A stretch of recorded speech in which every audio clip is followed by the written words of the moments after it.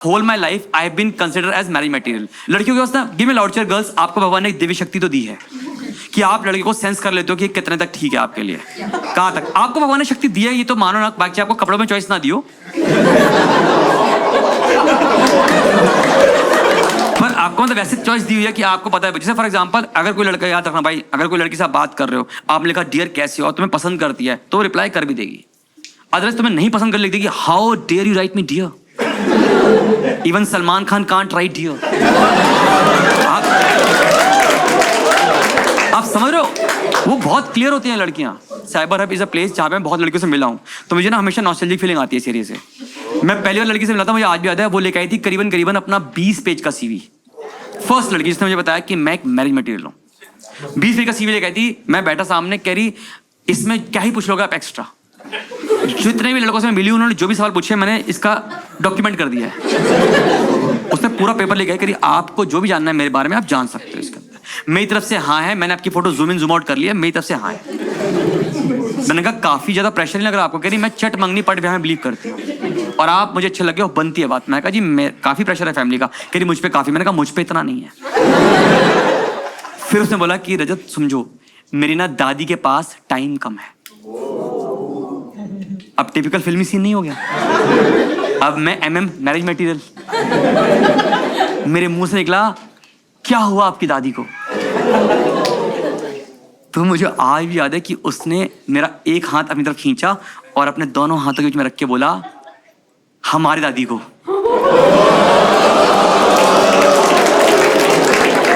मैं हमने कब माना पागल आगल हो गई है क्या? ऐसा जैसे मैं आप दोनों की बहुत अच्छी फ्रेंडशिप है, मुझे इस फ्रेंडशिप के बारे में भी जानने का मौका बहुत लेट मिला। जैसे मैं एक लड़की से मिला, वो सीए थी, बहुत अच्छी लड़की थी, पढ़ी लिखी समझदार, बिल्कुल वेल। 3-4 बार मिल चुका था, अच्छा लगा, बात करके मुझे लगा what will be our next step. तो उसने बोला आपको ना मेरी फ्रेंड से मिलना पड़ेगा पहले। अब कुछ लड़कियों के पास ना कुछ उन्होंने अपनी फ्रेंड रखी होती है, थ्रू आउट देयर लाइफ उन्होंने फिक्स कर रखा है कि जब भी मैं किसी को डेट करूंगी, मैं किसी की शादी करूंगी, पहले वो लड़की ऑडिट करेगी। आपकी ये है, मैं समझ पा रहा हूँ, वही है, मैं समझता हूँ ना। और जब वो कंफर्मेशन देगी तभी मैं आगे बात बढ़ाऊंगी। तो मुझे इस कॉन्सेप्ट के बारे में बिल्कुल आइडिया नहीं थी कि इतना भी मतलब कोड होता है इन दोनों का। तो मैंने कहा इतनी क्या खास है आपके लिए, आपके पेरेंट्स से इंपॉर्टेंट थोड़ी हो? कह रही वो बहुत इंपॉर्टेंट है मेरी लाइफ में। जब मैं जिंदगी में बहुत ज्यादा परेशान थी, उसने मुझे संभाला। जब मैं फाइनेंशियली एक रफ पैसे गुजर रही थी, उसने मुझे संभाला। जब मुझे पता नहीं था कि मैं करियर में क्या करूं, उसने मुझे संभाला। मैंने कहा बुरा मत मानना, मैं उससे ज्यादा इंटरेस्टेड हूं।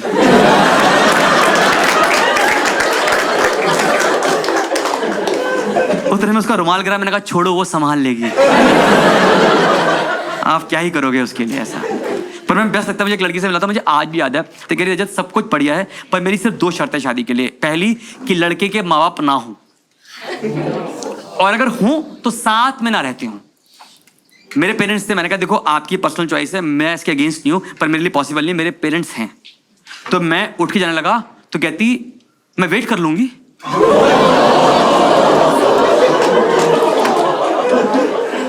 कैसी बात कर, 2 साल बाद फोन आया, कह रही जिंदा। मैं कहा पागल आगल हो गई है क्या? इतना क्या होता है यार? होता है। जैसे एक लड़की से मिला था, उसका कॉन्सेप्ट था मैम कि ना उसे बच्चे नहीं करने, मतलब कई लड़कियों का कॉन्सेप्ट होता है, मतलब कईयों का होता है।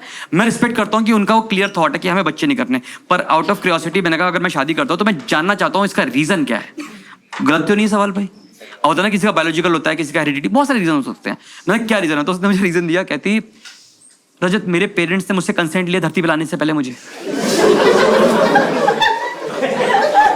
उनके कंसेंट ना लेने की वजह से मुझे जीना पड़ रहा है धरती पे। मैंने कहा हाँ, उनको अल्ट्रासाउंड के टाइम पूछ देना चाहिए था कि बेटा आना है नहीं आना है आपको। ये तो कोई रीजन नहीं होता। मैं कहा बिल्कुल अलग। जैसे एक लड़की से मिला था, कुछ लड़की होती हैं जो बिल्कुल सॉर्टेड है कि हमें शादी करनी ही नहीं है, पर वो लड़कों से मिलने जाती है। मैं एक लड़की से मिला, साइबर ऐप पे मिला, कहती रजत देखो शादी का मेरा कोई प्लान नहीं है, मेरा बस एक ही कॉन्सेप्ट है कि जब भी मेरा मन करता है कि मैं कुछ अच्छा खाऊं, मैं शादी.com खोल लेती हूँ। मैंने कौन ज़ोमैटो खोले? उसको बोलती हूँ ये रेस्टोरेंट मिलते हैं, आ जाता है, खाना खाते हम चले जाते हैं। बेस्ट लगता है मुझे, आज तक इतनी लड़कियों से मिला हूँ, वाइफ बेस्ट है मेरी। बट बताऊँ जो लड़की मुझे लगती है बेस्ट लगी है ओवरऑल मिलने में, आपने सुना है quote, strict parents produce best liars. मैंने इसका पहली बार और आखिरी बार एक लाइव एग्जांपल देखा। मैं एक लड़की से मिला, मैं उससे बात कर रहा हूँ, उससे बोला मैंने अपने पेरेंट्स को नहीं बताया कि मैं किसी से मिल रही हूँ।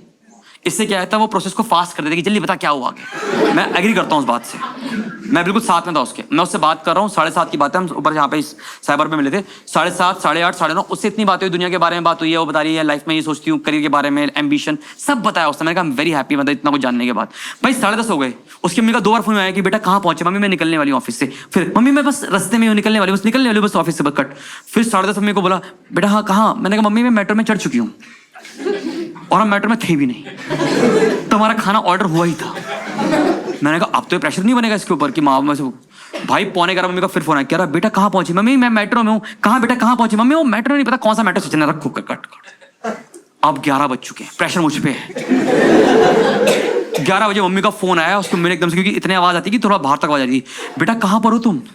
अब यकीन मानो मेरा दिल घबरा रहा है बेटा, घर का दिया बुझ चुका है, पड़ोस के कुत्तों ने भौंकना शुरू कर दिया है, बिजली कड़क रही है। उसकी मम्मी इतनी बातें इसलिए कर रही हैं कि जितनी लंबी बातें होंगी ना उन्हें मेट्रो की आवाज आ जाएगी और पता लग जाएगा कि मेट्रो का स्टेशन कौन सा है। भाई वो उसकी माँ है और उसकी माँ ने 2.5 मिनट के बाद बोली थी कि बेटा 2.5 मिनट हो गया है, मेट्रो की अभी तक एक बार भी आवाज नहीं आई। वो उनकी बेटी थी। उसने ऐसे फोन किया और वापस किया और बोली मम्मी वो मेट्रो में मैं और मेरी फ्रेंड ही हैं। तो मेट्रो ने बोला कि 2 लोगों के लिए अनाउंसमेंट क्यों करनी है। क्या सफेद झूठ बोला है भाई साहब। ये मेरे पीछे तो मचा देगी भाई लाइफ के अंदर भाई। इनफैक्ट आप ये मानो मेरे पेरेंट्स मुझे टाइम पे मान चुके थे कि मैं एक मैरिज मटेरियल हूं।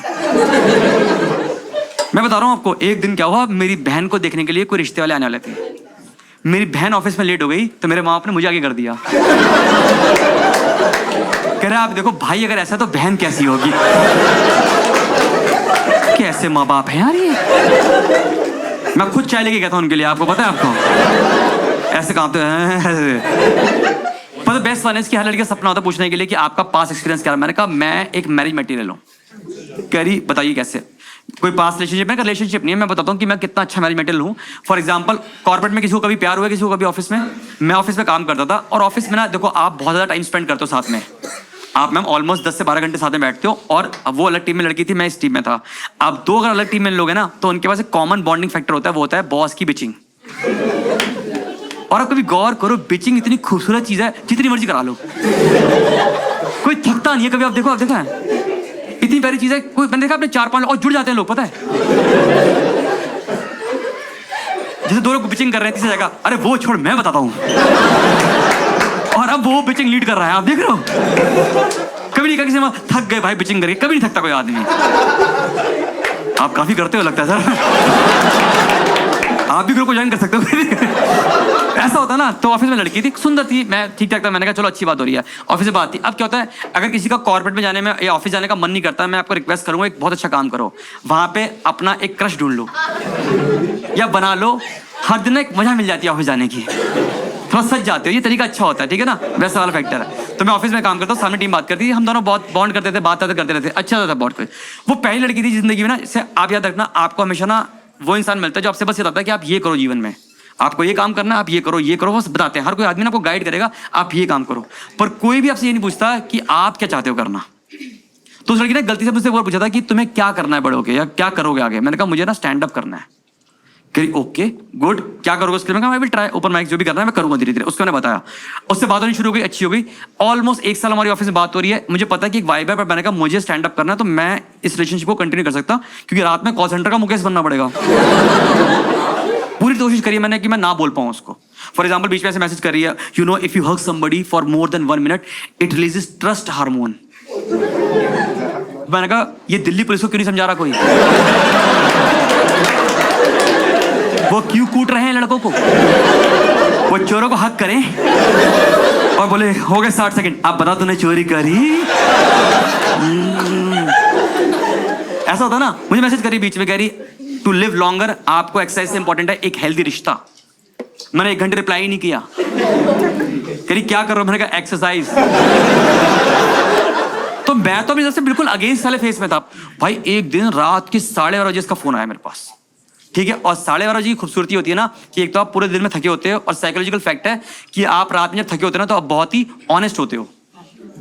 तो उसने ना बात करते करते एकदम से बोल दिया, Rajat I think I am in love with you. मैंने फोन ऐसे किया, मैं थोड़ी देर नाचा। मैंने फिर फोन लिया, मैंने कहा मेरी तरफ से ऐसी कोई फीलिंग नहीं है। कह रही एक बार मेरे मुंह पे बोल के दिखाओ। मैंने कहा वीडियो कॉल करूं? कह रही नहीं, कल मुझे ऑफिस से मिलो आप। ऑफिस खत्म होगा कल, ऑफिस के बाद हम स्टारबक्स सीपी में ए ब्लॉक में वहां मिलेंगे। मैंने कहा डन। खत्म। मैंने रात भर प्रैक्टिस करी ना बोलने की। मम्मी कह रही डिनर कर लो डिनर। मैंने कहा नहीं करना। सुबह गई ब्रेकफास्ट। मैंने कहा नो। ऑफिस मैनेजर कह रहा काम हुआ। मैंने कहा नो। क्लाइंट कह रहा एनी आइडिया कोई काम कब तक होगा? मैंने कहा नो आइडिया। मैंने पूरे दिन यस निकाला ही नहीं मैंने अपने मुंह से। पूरा व्रत रखा मैंने खाने का भी एक तरह से। फिर मैं पहुंचा स्टारबक्स में। मुझे आज भी आता है स्टारबक्स में, अगर आप देखोगे ऊपर दो बिल्डिंग का है वो। मैं सेकंड फ्लोर पे बैठा हूँ, ऐसे बैठा हूँ। सामने कोई बंदा कह रहा है इज दिस सीट वैकेंट? मैंने कहा no. Would you like to order something? मैंने कहा नो। सामने चलती है। अब लड़कियों की एक और खूबसूरती है भाई, सीख लो, तुम भी सीख लो भाई साहिल भाई। लड़की खूबसूरती होती है ना कि इन्हें अगर तुमसे कुछ मनवाना है तो ये उस दिन बेइंतहा सुंदर बन के आएंगी। ये बीच की मांग तेरे नाम बन जाएंगी, झुमके पहन के आएंगी, एकदम शरारा वरारा करता है तो मैं लगे यार इसे ना कैसे कह दूं मैं। पर मैंने कहा नहीं, मुझे ना कहना है भाई साहब। वो सामने चलती है, कहती हाय। मैंने कहा नो।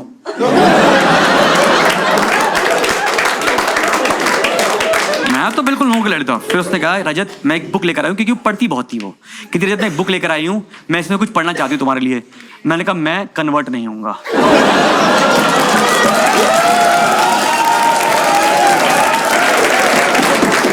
कह रही स्टूपिड ये वाली बुकें नहीं। मैंने कहा ऐसी बुकें आती हैं क्या? मैंने ऐसे मेरा सवाल था। कह रही नहीं। तो एक बुक लेकर आई थी, इसका नाम है बिकमिंग। आई एम एज्यूमिंग कि आपने कुछ नहीं पढ़ी होगी बुक बिकमिंग। मिशेल ओबामा की बुक है बिकमिंग। मैम गुड बुक है वो। तो बुक लेके आई थी, कहती रजत मैं इसमें से सिर्फ एक पैराग्राफ पढ़ूंगी, इसके बाद तुमने हाँ या ना जो बोलना है मैं सुनूंगी और चली जाऊंगी। मैंने कहा नो। Let me read.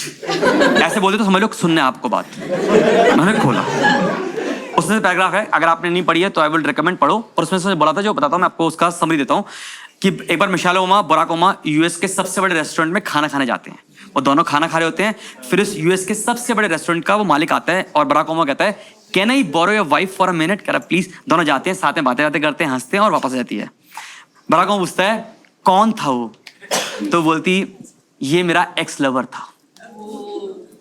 उसका खाना यहां रुक जाता है। कहता अगर तुम्हारी उससे शादी होती ना तो तुम आज इस यूएस के सबसे बड़े रेस्टोरेंट की मालकिन होती। अब मिशेल ओबामा को बुरा लगता है, वो कहती नहीं, फिर वो यूएस का प्रेसिडेंट होता। मैंने कहा यस यस यस।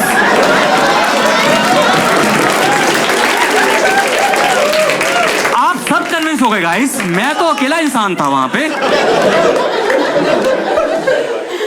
ये होता है भाई, ये होती है लाइफ के अंदर ऐसा। तो रियली फैक्टर होता है ना ऐसा। And I can tell you, अभी कभी भी अगर आप कॉर्पोरेट में प्यार कर रहे हो तो इसका वर्स्ट पार्ट ये होता है कि अगर किसी ने भी एक ऑफिस छोड़ा तो दिक्कत होती है। दिक्कत ये होती है ना कि आपका टेस्ट वहीं पे है, क्योंकि अगर आपका बॉन्ड ऑफिस की पॉलिटिक्स था बात करने का और अब वो बॉन्ड दूसरा से चला गया है तो ये बॉन्ड टूटता है। मुझे आज तक वो लड़की समझ में आई जो खुद अपनी तरफ से, या कोई भी लड़का अपनी तरफ से प्रपोज करता है, अपनी तरफ से एफर्ट लगाता है तुम्हारे रिश्ते में होने के लिए, और फिर वो खुद गायब हो जाता है। फॉर एग्जाम्पल मैं देता हूँ, जैसे मैं ऑफिस में, हम दोनों अलग ऑफिस में काम कर रहे हैं, ठीक है। एक होता है 28 एज, हम दोनों 28 एज पे थे। हमें लगा यार प्रेशर तो है, मैं लड़कियों देख रहा हूँ अरेंज मैरिज के लिए, ये भी प्रेशर चल रहा है घर वालों का कि भैया शादी करो और दफा हो। हमारे माँ बाप को भी था कि बस अलग होना है ऐसे। ऑफिस में बात कर रहे हैं, धीरे धीरे क्या हुआ, उस पर प्रेशर हो गया, उसकी शादी का प्रेशर हो रहा है उस पर। अब मुझे स्टैंड अप करना स्टार्ट कर दिया मैंने यहाँ पे। अब धीरे धीरे कर रहा हूँ, तो मैं ऑफिस कर रहा हूँ, फिर मैं स्टैंड अप कर रहा हूँ, और फिर रात में मैं कॉल सेंटर का मुकेश जी बन रहा हूँ। मैं 3 जॉब इकट्ठी कर रहा हूँ। तो ना स्टैंड अप अच्छा हो रहा है, ना जॉब अच्छी हो रही है, और भाई साहब बाकी तो सब रिश्ते भी जा ही रहे हैं, मतलब सब कुछ अलग अलग जा रहा है। कॉमेडी सब तीनों से खराब हो रहा है भाई साहब। वो प्रेशर बना रही है कि देखो मेरे को लड़के देखने वाले आने वाले हैं। वो एक लड़का आया, उसका 50 लाख का पैकेज है, माँ बाप को मैं ना नहीं कह पाऊंगी। मैंने कहा उससे पूछ इन हैंड कितना है पहले। ये फालतू का नहीं, ये बात है बहुत होता है, एचआर काट लेता है बीच में, है ना। 50 लाख पहल रही है, फिर बाकी पता लगे 40 लाख के तो स्टॉक ही हैं, फिर 3 लाख के सड़क कूपन है, फिर 5 लाख में शेयर भी है, सब कुछ भी है। हाथ में 3 रुपए आ रहे हैं तुम्हारे हाथ में, फिर कह रहे अब क्या करना है 3 रुपए का भाई साहब। अच्छा कंडीशन अपनाता है भाई, पूरी पूरी करी नहीं, उसका सच में अच्छा पैकेज है, मैं मना नहीं कर पाऊंगी। मैंने कहा मुझे प्रेशर है, गिव मी सम टाइम। कह रही रजत तुम्हारे को मैं 6 महीने देती हूँ, 6 महीने तुमसे जो बनता है कर लो, उसके बाद मैं आपको रोक नहीं पाऊंगी, 6 महीने में सबको रोकने की कोशिश करूंगी। मैं कहा तूने 50 लाख का लड़का मेरे रिजेक्ट किया तो मेरा फर्ज बनता है। अब हम रात में स्टैंड अप लिख रहे हैं, पैरों से भी स्टैंड अप लिख रहे हैं। करना पड़ता ना, प्रेशर है तुम्हारे पर कि तुम्हें एक लड़की ने भाई साहब पसंद किया तो तुम्हें करना पड़ेगा। भाई साहब आप ये मानो 6 महीने हेल की जिंदगी थी, मुझे कुछ नहीं पता 3 महीने कैसे मेरी जिंदगी के, याद मुझे कुछ भी नहीं है 6 महीनों का। 6 महीने निकाला, सफर खत्म हुआ। मैम आज तक याद है, मैं झंडेलान जा रहा था, अपने मेट्रो से जा रहा था, ट्रैवल करता हुआ, और मैं देखता हूँ वहां पे मेरे फोन पे 3 मैसेज आते हैं बैक टू बैक। उसमें पहला मैसेज है sorry to hurt this beautiful soul. मैंने कहा ब्यूटीफुल सोल तो मेरा है। फिर कहती I think that guy is right for me, so जहां भी रहना खुश रहना, एंड कॉमेडी नीड्स यू, तो कॉमेडी करते रहना। मैंने कहा हाँ ठीक है। मैंने एकदम से हाथ पांव फूले। मैंने कहा 6 महीने में टारगेट पे था, कुछ करना है, और मैं एकदम से कांप गया। मुझे आज भी याद है, मैं झंडेलाल मेट्रो से उतरता हूँ, बाहर बैठता हूँ, मैं बैठ गया मैं जाके। मैंने कहा बस भगवान मेरा आज के दिन निकाल दो, बाकी तो मैं नेक्स्ट दिन चला लूंगा जिंदगी, आज के दिन निकाल दो। ऑफिस से फोन आ रहा है, मैं कहा मुझे उठाने ही नहीं, कि जॉब तो इसलिए कर रहा था ना कि स्टैंड अप पे प्रेशर आ जाए कि भैया बोलेंगे गाले वाले कि भाई कॉमेडी से कहाँ सुना रहा है, क्या पैसे कमा रहा है, वैसा वाला। मैं कहा भाई पूरा प्रेशर तो है, मैं ऐसे कमा रहा भाई साहब, पूरा दिन निकाला है। वो बस भगवान से बोला वो दिन निकाल दे, मैं संभाल लूंगा। नेक्स्ट दिन मैं पहुंचा ऑफिस में इस पॉइंट से कि मैं रेजिग्नेशन दे दूंगा आज। मेरा मैनेजर आया, कह रहा व्हाट इज दिस, ये क्या तरीका है तुम्हारा, तुम गायब हो गए, तूने फोन उठाया। मैंने कहा मैं रिजाइन कर रहा हूँ। ऐसे कौन करता? मैंने कहा मैंने डेस्कटॉप खोला, रिजाइन शुरू कर दिया, भेज दिया उसको। उतर बैठ गया, ऐसे कौन करता? मैंने कहा मैंने कर दिया, भेज दिया आपको, मैं सामान समेट रहा हूँ, सामान समेट रहा। कह रहा लैपटॉप हमारा। मैंने कहा रखो, ये तुम्हारा ही रखो फिर तो मैं क्या करूंगा अपना रख के ऐसे। मैं जाने लगा, कह रहा पूरे इंडस्ट्री में कहीं काम नहीं मिलेगा। मैंने कहा मैं देख लूंगा। कह रहा देखना कहीं पे भी तुम्हारे को हम रेफर नहीं करेंगे। मैंने कोई दिक्कत नहीं। मैं बिल्कुल गेट पे पहुंचा, कह रहा सैलरी बढ़ा दें।